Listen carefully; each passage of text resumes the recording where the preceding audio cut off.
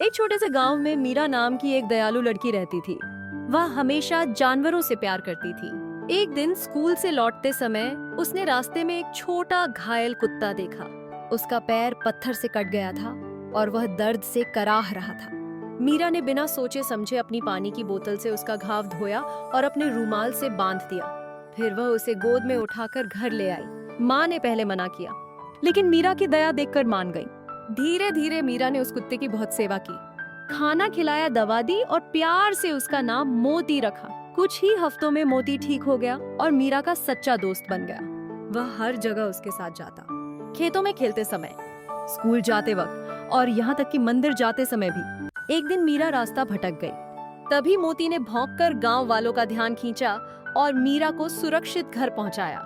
उस दिन से गांव के लोग कहते, मोती सिर्फ मीरा का कुत्ता नहीं बल्कि उसका रक्षक है।